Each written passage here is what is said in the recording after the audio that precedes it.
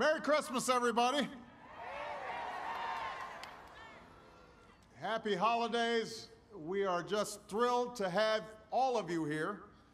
Thank you, Secretary Salazar, for the kind introduction and for all that you're doing to protect our national parks and our public lands for the future of generations. I also want to recognize Neil Mulholland and everyone at the National Park Foundation and at the National Park Service who helped put this event together. I want to thank Pastor Darrell Morton for that wonderful invocation. And of course, thanks to Common and all of tonight's performers for joining us here as we light the National Christmas Tree for the 88th time. This is a very proud holiday tradition, snow or shine. In good times and in periods of hardship, folks like you have gathered with presidents to light our national tree. Now, it hasn't always gone off without a hitch. On one occasion, 2 sheep left the safety of the nativity scene and wandered into rush hour traffic. That caused some commotion. Often, the ceremony itself has reflected the pain and sacrifice of the times. There were years during the Second World War when no lights were hung in order to save electricity. In the days following Pearl Harbor, Winston Churchill joined President Roosevelt to wish our nation a happy Christmas even in such perilous days. But without fail, each year we have gathered here. Each year we've come together to celebrate a story that has endured for 2 millennia. It's a story that's dear to Michelle and me as Christians, but it's a message that's universal. A child was born far from home to spread a simple message of love and redemption to every human being around the world.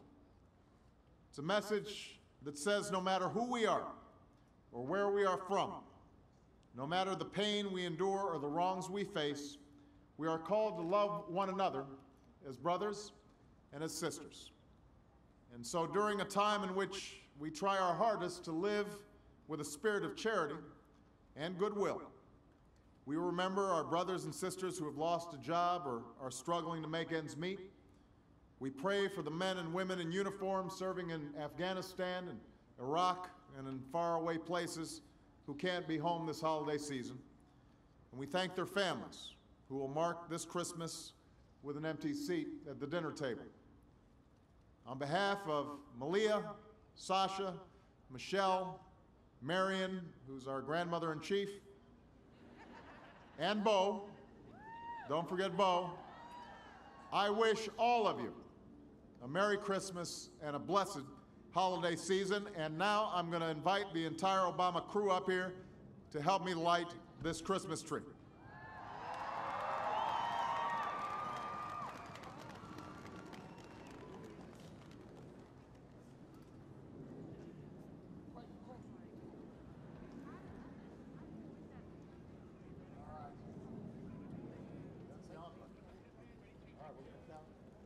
All right, everybody, we're going to count from 5. 5, 4, 3, 2, 1.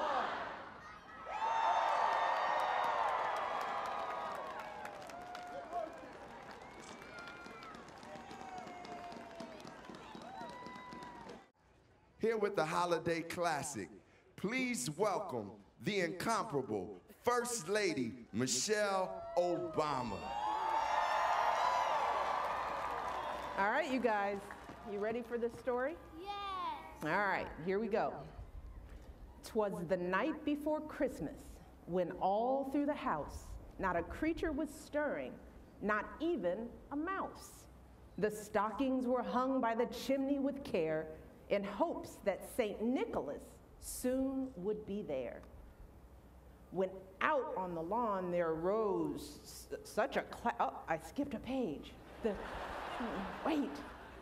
The children were nestled all snug in their beds. Did I skip another page? Okay, here we go. There we go. We're ready. First Lady's taking off her gloves. Ready? The children were nestled, all snug in their beds, while visions of sugar plums danced in their heads.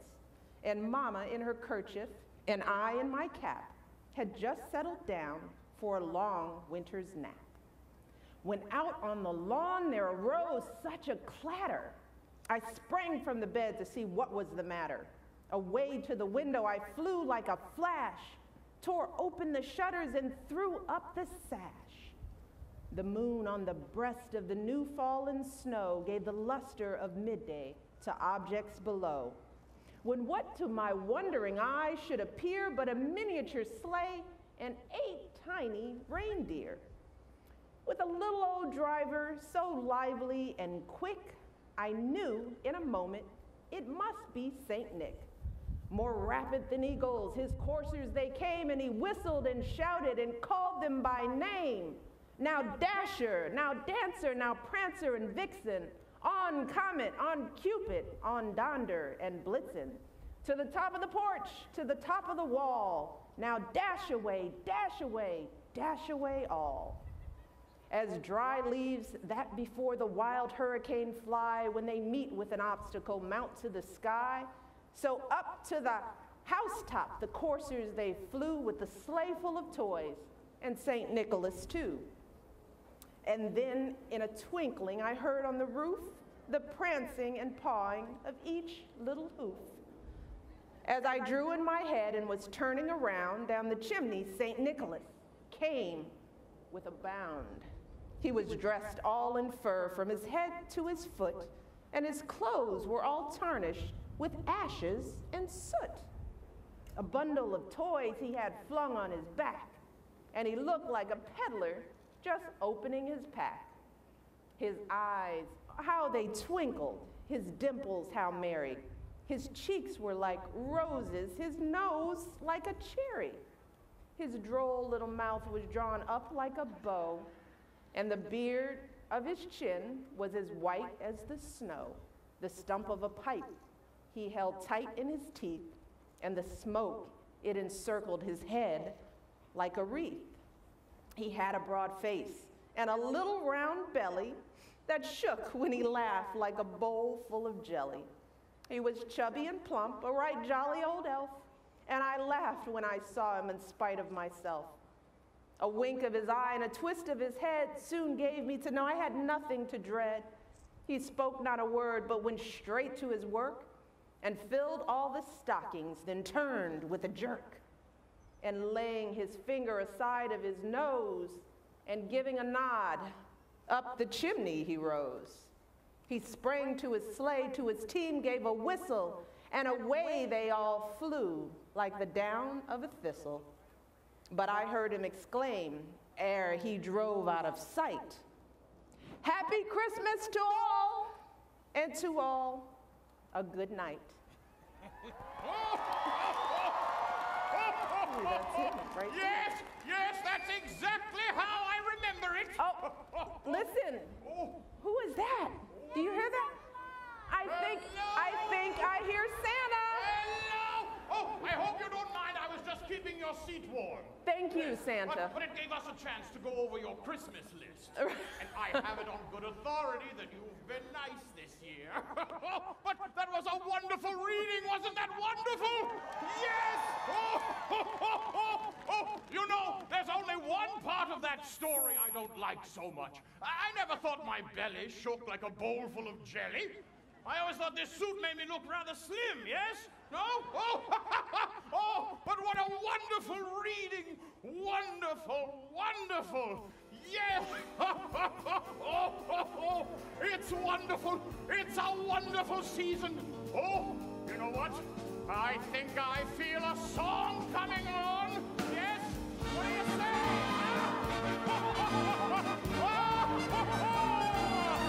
It's the most wonderful time of the year, with the kids jingle belling and everyone telling you be of good cheer. It's the most wonderful time of the year. It's the happiest season of all. With those great happy greetings and wonderful greetings when friends come to call, it's the happiest season of all. There'll be parties for hosting, marshmallows for toasting, and caroling out in the snow. There'll be scary ghost stories and tales of the glories of Christmases long, long ago. It's the most wonderful time of the year. There'll be much mistletoeing and hearts will be glowing when loved ones are near.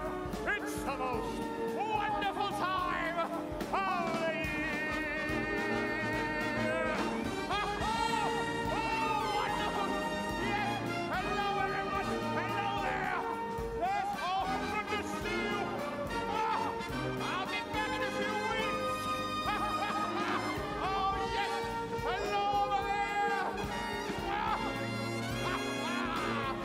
There'll be parties for hosting, marshmallows for toasting, and caroling out in the snow.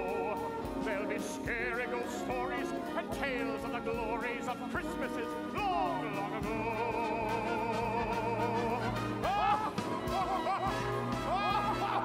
It's the most wonderful time of the year.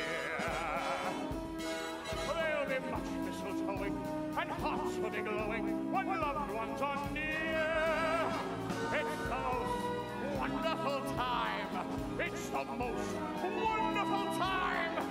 It's the most wonderful time.